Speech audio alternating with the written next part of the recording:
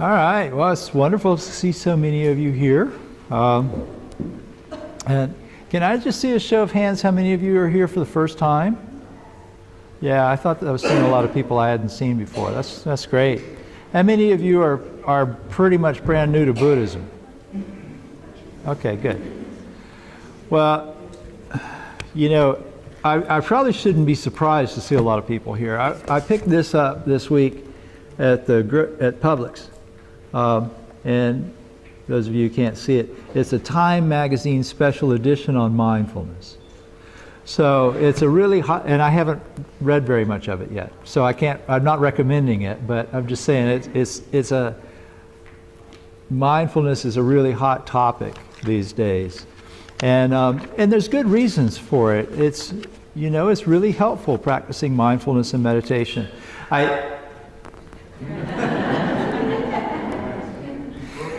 I think the mic is on. Yeah. It's better now. Yeah, that's better. Right? You well? Okay. The lead story talks about some of the reasons for it. You know, the American Psychological Association says it's good for alleviating depression and anxiety and pain.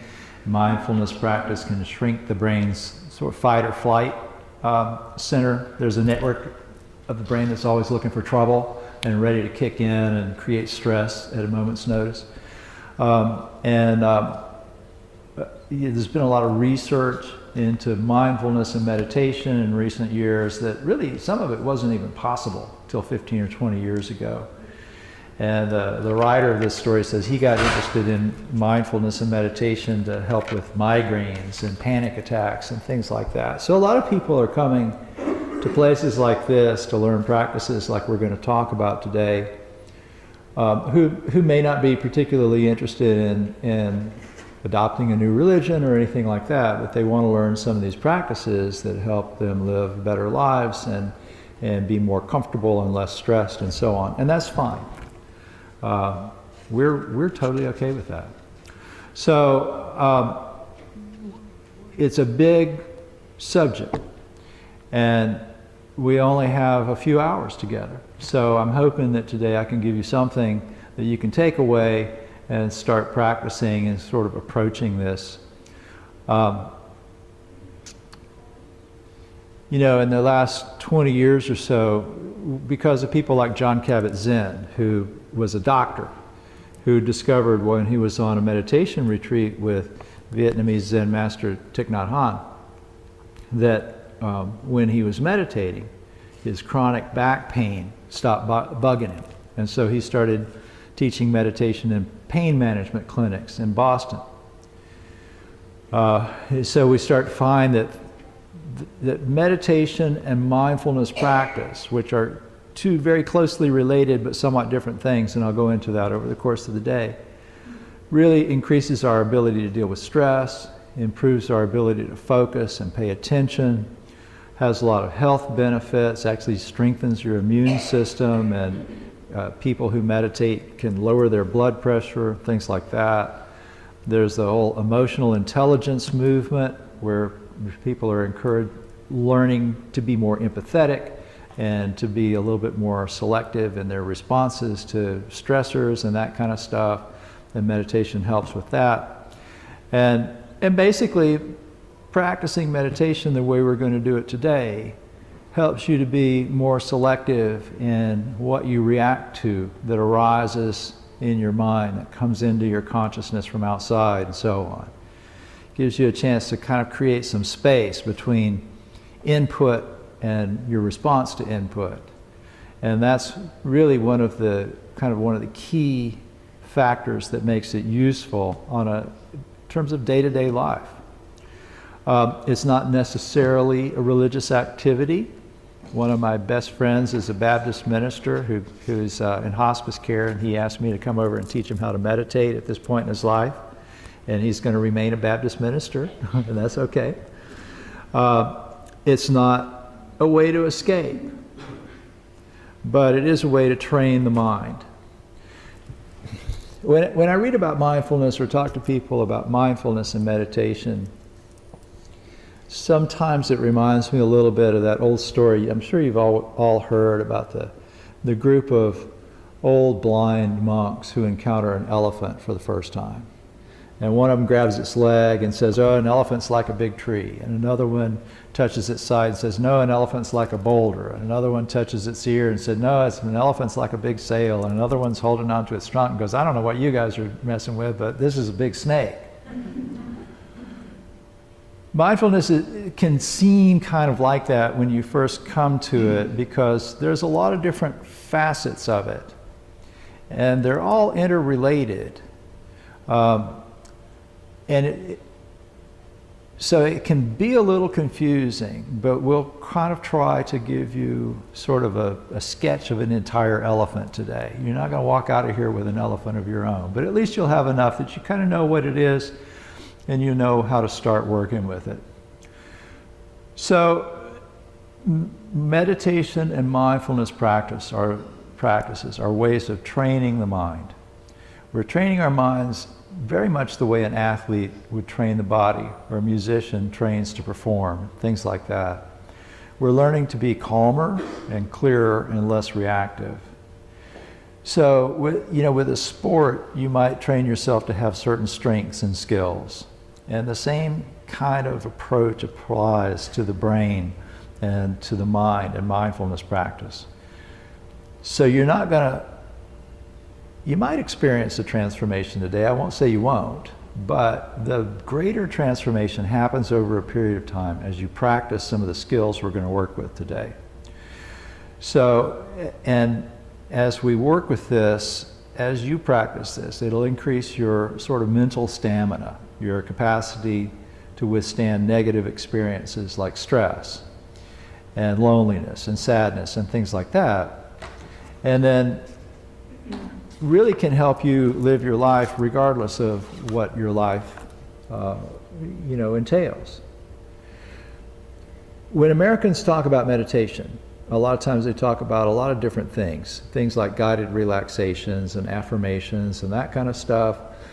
Buddhist meditation includes a lot of different practices too, but in one way or another, all of those practices relate back specifically to three factors of the Eightfold Path: effort, right mindfulness, and right concentration. And different methods of meditation emphasize one of those factors. But all three really come into play when you practice meditation the way Buddhists meditate. So I want to kind of go through these one by one, and then we'll look at how they work together. So right effort means that if a harmful mental state is present in the mind, you work to let go of it. And you work to do what you can to prevent it arising again. For example, if you're meditating later and anger comes up or anxiety, you can notice that, accept that it's there, but then you don't attach to it. You let it go. And you try to keep it from returning. Feelings arise. We don't have to do something to make feelings arise.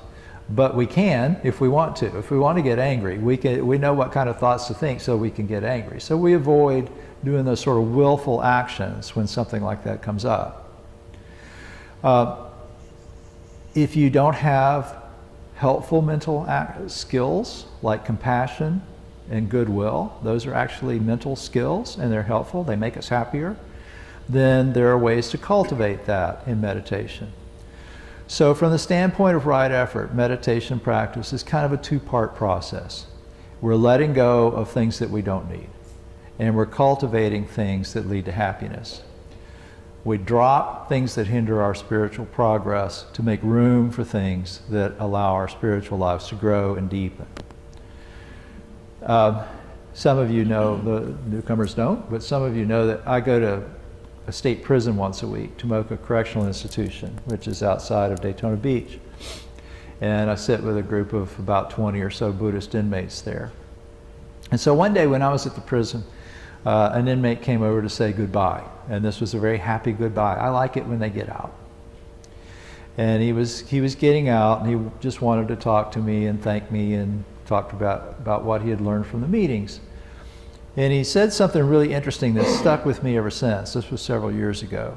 He said, I recognize that my mind is kind of like a garden.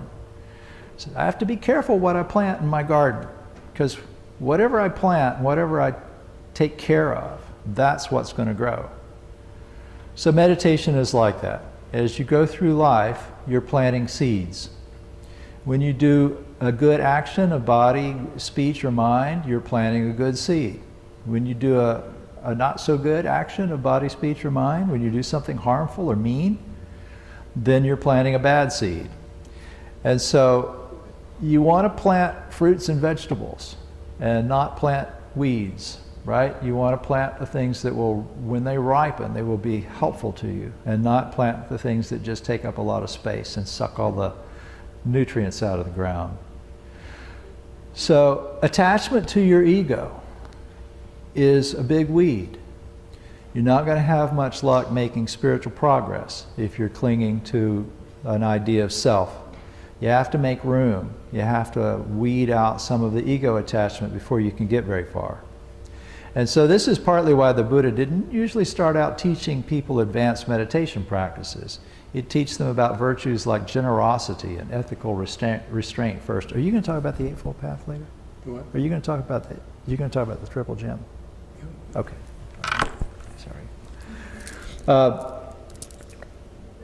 You have a very hard time letting go of attachment to your ego if you can't first learn to share what you have. And you have a hard time focusing your mind on your spiritual goals if you can't restrain your actions to prevent harming others. So to accomplish this weeding and cultivation, you need two things: mindfulness and concentration. So right mindfulness means that you're staying fully aware of what's happening in this particular moment. So when anger, anxiety, something like that arises, then you watch what arises and you stay with your experience as it occurs. So you don't go running off mentally into yesterday to relive whatever it is that your coworker said to you, that got you angry at them. And you don't run off to tomorrow when something you're worried about might happen. You observe that the mental state is present right now, and then you observe what happens to it if you stay here and now. Right concentration means that you keep your mind resting on a suitable object. And there's plenty of objects like that, but the breath is maybe the best one.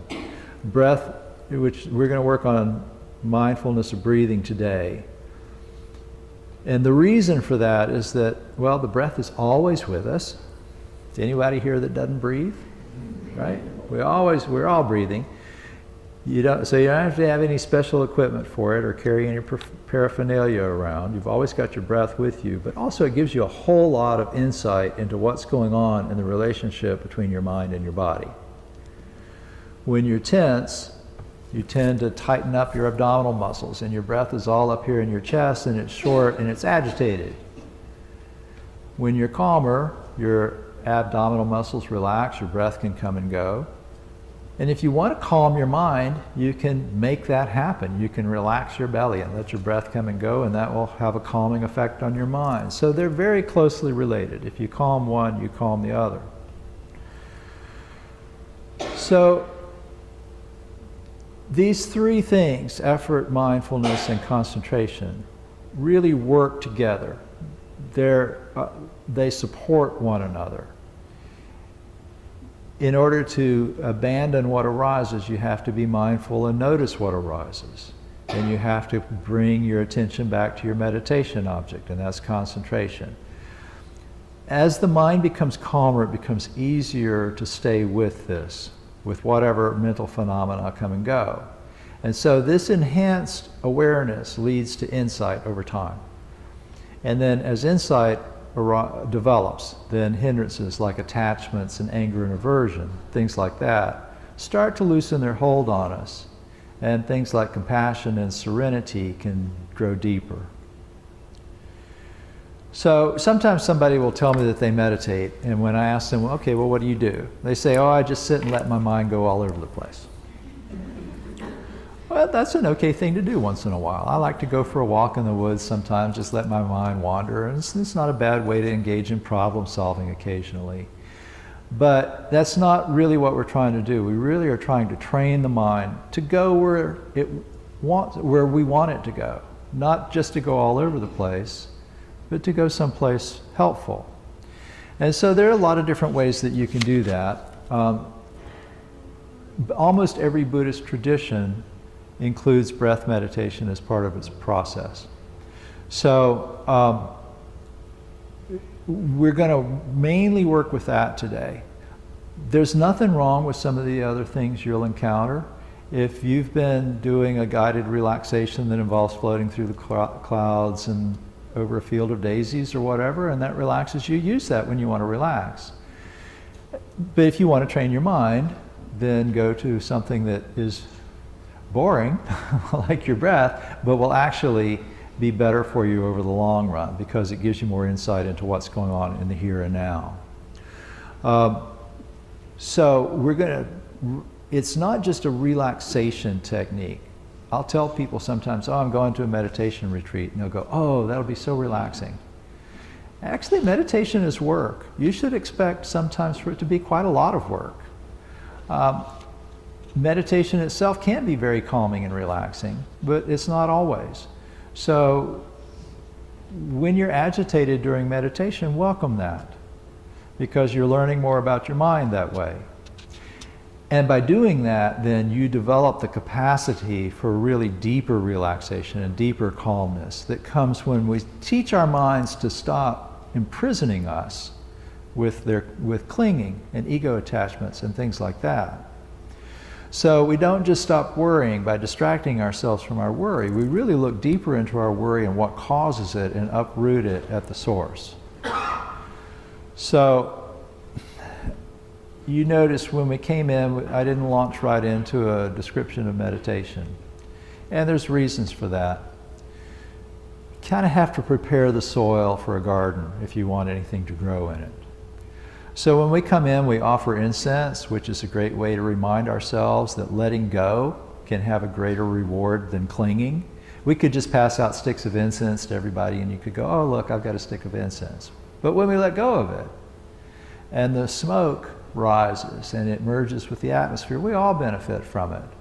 So, and that's its benefit, is that we all can share it and we can all appreciate it. And then we remind ourselves that Buddha is our refuge, and meaning the possibility of awakening to a better state of mind is available to us. And so we do that. And these kinds of things help to break up the hard soil that's in our hearts and make us open to the seeds that we want to plant. Helps to clear away some of the obstructions, so that the light from the teachings can reach our hearts and reach the ground and warm it so that the seeds can grow. And so then when you sow the seeds of concentration and mindfulness and compassion and serenity, you can let those grow. And so if a weed like anger sprouts, well, you notice it, you can pull it out fairly quickly. So sometimes people ask me how much time they should spend meditating. We're going to start with 5 minutes today, and we're going to kind of work out from there. But you'll go on a long retreat sometimes, and I went on a 10-day silent retreat once, and at the end of it, they said, so you should meditate an hour every morning and an hour every night. And I looked around, and I thought, nobody is going to be able to set aside an hour in the morning and an hour at night. That's just unrealistic. Do what you can, and I'll probably remind you of this later. Set aside what time you can set aside and really give yourself to that period of time. If you want to do a little gardening, you don't have to buy a farm. You can fill a couple of buckets with good soil and plant some tomatoes, and you'll reap the rewards from that. You'll get the fruit from that. And it's the same with meditation. If you can do a half hour every morning and night, that's great. If you can do 5 minutes once a day, that's good too. So I'm not going to spend a lot more time talking about meditation because I want you to have the opportunity to practice with it. But I mentioned the story of the old blind monks encountering the elephant for the first time. There's another story that you probably haven't heard, about a group of old, blind, wise elephants encountering a monk for the first time. So the first elephant examines the monk by sitting on it, and he announces that monks were flat. And the rest of the elephants examined the monk, and they all agreed that monks were indeed flat. So my point in that is, again, don't walk out of here with a one-dimensional idea about what meditation and mindfulness are. We're getting started. But this is really a big practice that if you spend some time on it, you'll explore a lot of different facets to it, and you'll see that it really affects your life in many, many beneficial ways.